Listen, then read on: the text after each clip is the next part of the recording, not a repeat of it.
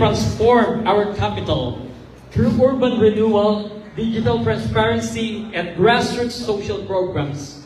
But for me, as a batang 90s, he will also be the Toby of Muntik na Kitang Minahal with Claudine Barreto.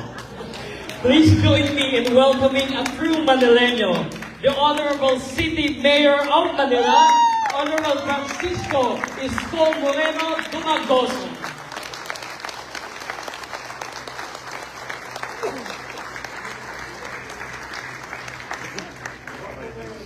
Mapo po kayo. Mukhang nanonood doon ng Dance Entertainment po. Ating tagapagpakilala. Maraming salamat sa iyo. That's the launching movie of yours truly. Muntik na Kitang Minahal. With Miss Claudine Barreto.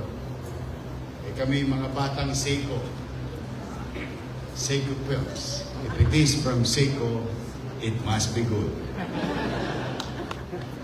Sa ating po mga katangi-tanging bisita, lalong-lalo na po isa sa miyembro ng ating tinitingala,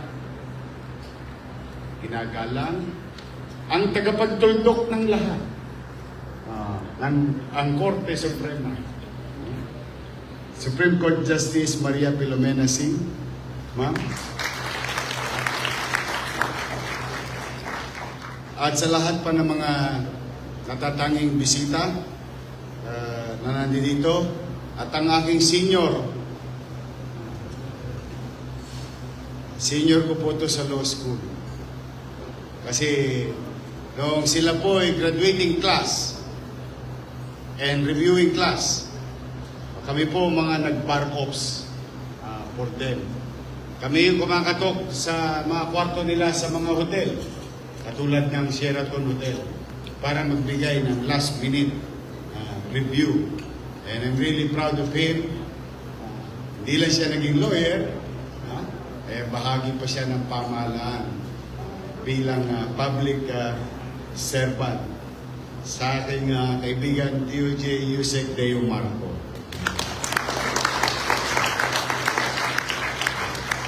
At ang isa sa mga paborito kong mayor, si Mayor Echeverry ng Caloocan. Nandito yung kanyang anak. Para po malaman ninyo, kaya ko po paboritong mayor si Mayor Echeverry. When Mayor Echeverry running for Congress in, I think that was it's either 95 or 92. No, 92. Tama, mga 92. Ando kami sa Talak, sa Caloocan.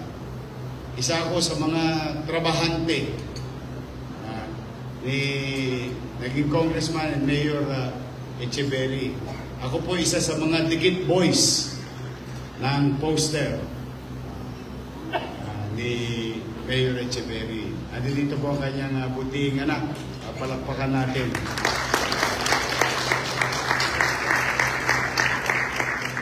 Pagpapasensyahan niyo na ako dahil masyadong makulay ang buhay ko talaga. Kaya minsan parang ang hirap ng paniwalaan. Lahat ni yata ng hanap buhay pinasok ko, except mang hold up. Kasi alam mo naman sa Tondo nung araw. Sabi ng teacher ko sa grade 4, si Mr. Orese, sabi niya, ang isa daw sa pinakamabisang impluensya sa isang tao ay ang kanyang kapaligiran. Ako'y napapalibutan ng mga medyo maabilidad na individual at hilig tumambay sa arte. Madalas yung napapanood. Kaya pinagkukonyatan ko lahat yung mga yun. Nung nag-mayor ako, tigil-tigilan nyo na itong arte. Kawawa naman yung mga negosyante. And would you believe that even in agricultural industry, I was involved. Nagsikap ako ng palay sa Bataan, Pilar. Naggawa kami ng palay sa lahat ng trabaho. Nagbato din po ako. Hindi ko yung bato umuusok. Yung bato na ginagawang graba. Sa nagbaling, Pilar. Naming, in the every day. am I saying this? Because sa totoo naman, ang parol, yung bibigay ng pangalawang pagkakataon. I was given second chance in life. Who would thought na isang basurero, isang sidecar boy, ay pwedeng maging mayor ng Maynila.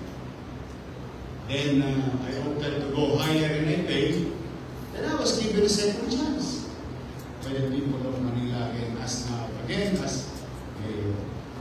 Kaya yung naging journey ko sa buhay ay parang may relasyon sa parang pagbibigay ng pangalawang pagkakataon na maibalik muli sa maayos na pamumuhay ang isang individual na ito. Kaya napakalaking bagay na ginagawa ninyo. At let me prepare speech, some of it with my thoughts. Amen. Muli, pinabati ko ang lahat ng mahalagang bisita. Ang posyon nito. Magandang umaga po sa inyong lahat. Sa ating mga opisyal sa Department of Justice, sa pamunuan ng Parole and Probation Administration, sa ating mga kasamahan mula sa Judikatura, Philippine National Police, Bureau of Jail Management and Criminology, National Bureau of Investigation, at sa lahat ng narito ng kapwa ko lingkod bayan, partners of agency, sa lahat ng isang mainit na pagtanggap at malugod po namin kayo tinatanggap sa lungsod ng Maynila. Isang karangalan para sa amin na maging bahagi ng ika-50. Magkasikitan tayo. Last year, 51 na ako, 50 years na. Pero may asin pa naman. On your 50th year anniversary ng Parole Probation Administration, 50 taon na kayong nagsisilbi katuwang sa pagsulong ng isang makatao ng sistema ng justisya. Congratulations sa inyo.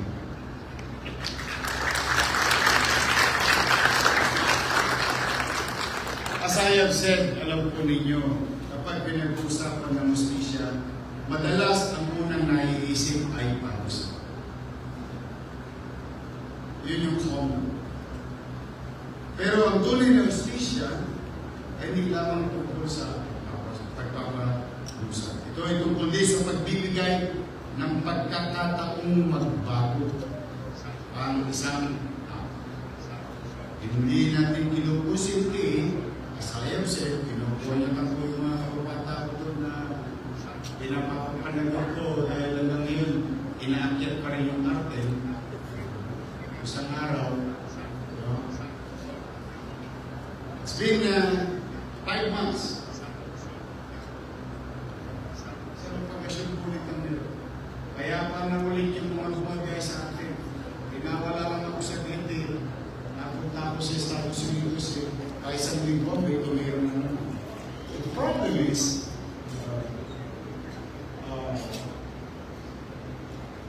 dahil sa panggigigil namin bilang mga taga-Tondo, na maging mapayapa at maging iba ang impresyon ninyo na hindi taga-amin. Na ang Tondo ay napakamuhayan ng payapa at panaka.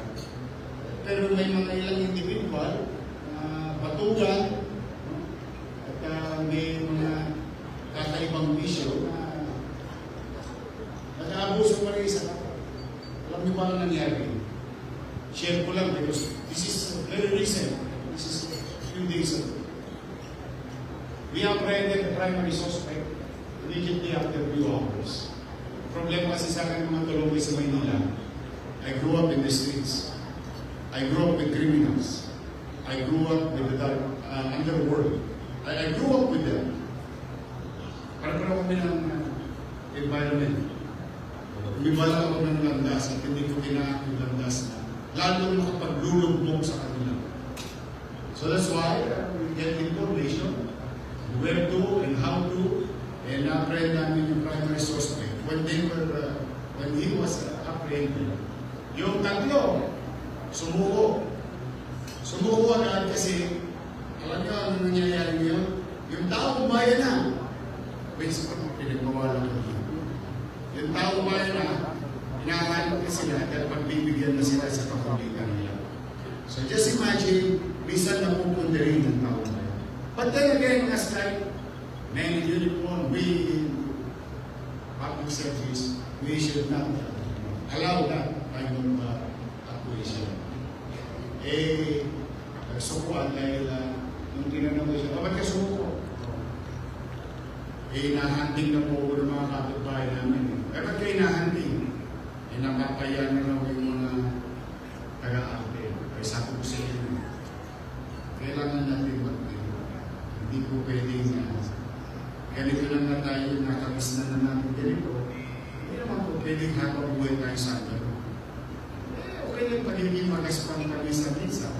Because it is in our nature. You don't have to be usato sa kapwa. O matang-daman. O matang-mapuso. So these are the things that we, the local government, and the men and uniformed personnel of the Manila Police District, inaharap namin. Kaya, kung minsan, sinasabi, at hindi naunawa ng lahat, yung pag-uunawa mo sa katatayuan ng isang tao, paring kayo nagsala, nakasala, sige, aldagin mo ng konti, paluin mo sa webapps, kaya bata, you have to be so sure na ano naman talagang naitulak lang po ng tatay. At baka naman mabigyan ng pangalawang pagkakataon marupang. Kaya sa inyo mga napakalaking bagay, yung decision making ninyo sa mga susunod na kung paano na pagbibigyan ng isang tao na pangalawang pagkakataon. In fact, ewan ko, I may be wrong.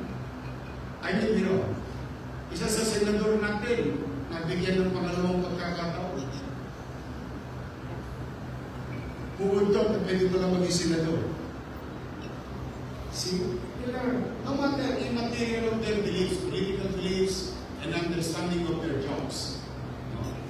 What matters most is that yung binigyan ninyo ng pangalawang pagkakataon ng isang individual ay bahagi na yun ng isang senado. Di ba? What are the chances? Who are we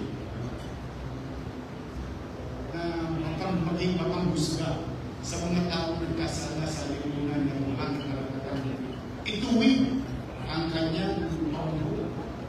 Kaya yan ay isa, I think, kung pag-aaralan niya sa mga nag-aarayin, no? Sa mga susunod na parole officer, pardon board, and so on and so on. Meron na kayong playbook na maaaring maging gawa ng bawat isa at mga susunod na opisyalis by giving second chance. Muli kong sinasabi, bagamat may mamon sa puso namin, hindi naman namin po pwedeng konsiderin yung mga tao. Tulad din naman ng isang magla. Di ba'y nakahanger din naman siguro kayo ng nanay ninyo? Napatunan yata kayo ng sipit ng gabi. Nakopyan na rin pa kayo ng kaldero. Kakakulitan. Kaya may bahagi ng pagdidisiplina at pagsasatama ng kamalian at paggagabay sa isang pamilya. Yan po kami sa Manila. Hindi po kami perfectong gobyerno, pero tiyak po, kayo may taga-Manila dito-tindi, may gobyerno sa lungsod ng Maynila.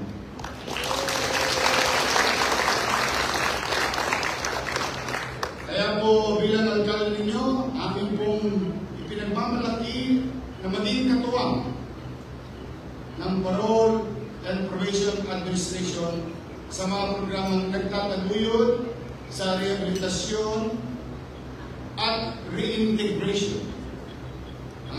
Suporta ay bunga ng paniniwalang pagbibigay ng pangalawang pagkakataon sa mga taong tunay. Ulitin ko po, no? Tunay na nagnanais magbago. Ay isang mahalagang pamumuhunan para sa mas maayos at mapayapang lipunan. Binabati ko rin ang lahat ng pararangalan ngayon. Ang ating mga partner agencies, mga local chief executives, at mga retirado. Thanks for your service sa ating mga retired. At kasalukuyang kawani ng PPA, hindi po Philippine Boards of Authority.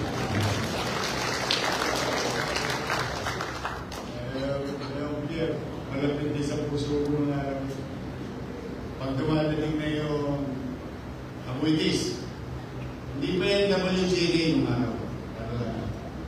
Magkaiba mo yan, per 4 sa per 14. Sweet lines, sulpicio lines. Umaraw pag dumarating yan. Napamit ko lang kasi naalala ko yung PPA. Pag dumarating yung mga papaserong barko, ang unang landing ng mga taga-probinsya, Alpen. Doon sa Barangay 123, yung nakalagay kong 4 ng isang araw. Doon yun sa kanto ng Moriones. Kami mga adults, mga bata pa kami aakit kami sa Sulpicio Line or kaya sa Buitis o sa William Gorco. Hanggang doon sa Escanio o sa Pier 18. Kasi abangan namin barko dahil may bote ng soft drinks sa mga teheras. Kasi may kamarote or cabin. Pero meron din parang economy. Teheras ka. Eh, may mga bote ng soft drinks ng araw. Mirinda, Pepsi, 7-Up, and so on and so on. Eh, nabibili po yun. Naagis namin sa tagat nila. Kasi yung bote hindi naman yung bulbol. Tagal. Naagis namin. Yung kakutsaba ko, yung partner ko, andun na sa dagat. Tapos, isa namin partner, nasa Pantalan. So, barko, dagat, Pantalan, dagat, Pantalan. Kaya ako na ito naalala ko ng Philippine Boards of Authority. Di ako makakapa sa pier eh. Kasi may gate. May gate. Lagi namin pinapalusutan yung PPA doon sa mga bote. Sako-sako. Eh, nung araw, may Chico Puso yung antisipo. Ako kung naalala niyo yung antisipo nung araw. Yung, pag bumili ka ng soft drinks, deposito. Ayan, deposito. Kasi sabi na namin ko, wala na antisipo daw. Yun. Eh, yung kunwari, nag-antisipo kami sa mga tindahan. So, but it's not Philippine Ports Authority today. Today, it's about you. Your agency. Ang inyong dedikasyon at malasakit ang dahilan kung bakit mas marami tayong buhay na nabibigyan ng bagong simula. Sa ngalan ng pamahalaan lungsod ng Maynila, maraming salamat sa pagkilalang ginawa niyo sa amin. Tinatanggap namin ito ng buong kababaan loob at bilang inspirasyon upang lalo namin palakasin ang pakikipagtulungan sa mga national agencies and government institutions. Ngayon, tasing kwent na kayo. Kwenta. In your 50 years anniversary sa Parole and Probation Administration, naway maging mabunga ang komperensyang ito at magsilbing daan sa matatag na partnership tungo sa isang makatarungan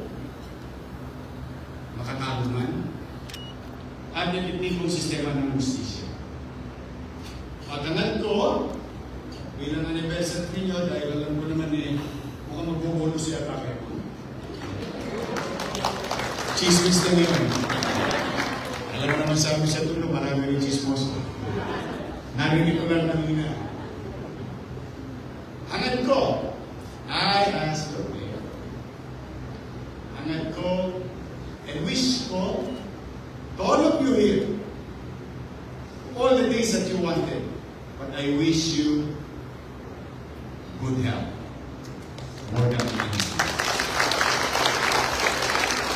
And more success in life. Magandang araw. And welcome po kayo sa Luzon ng Manila. Pagpalain nawa kayo ng buong mga Manila!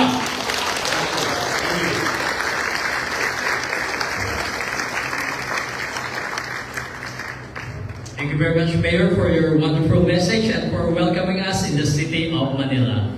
At this point, may I call on Regional Director Jan Santos Padua, Assistant Regional Director Joseph Hernali, Administrator Attorney Bienvenido O. Benitez Jr., and Deputy Administrator Wilson Suba for the awarding of the plaque of appreciation.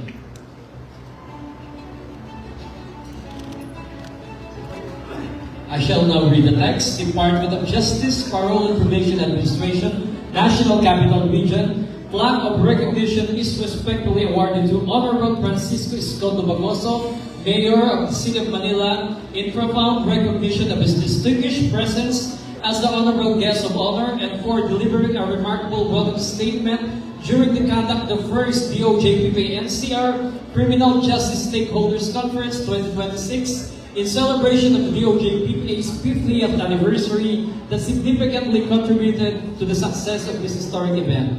This plaque further serves as a humble acknowledgement and deepest gratitude for his consistent support and generous contributions which significantly strengthen the DOJ-PPA NCR workforce capacity to deliver programs, projects, and essential public service at the grassroots level, which remarkably enhance the operational effectiveness, thereby achieving the agency's mandate in serving the public with integrity and excellence. Given this 24th day of July 2026, the Manila Hotel, Manila City, Philippines, signed Dr. Janet S. Padua, Certified Regional Director.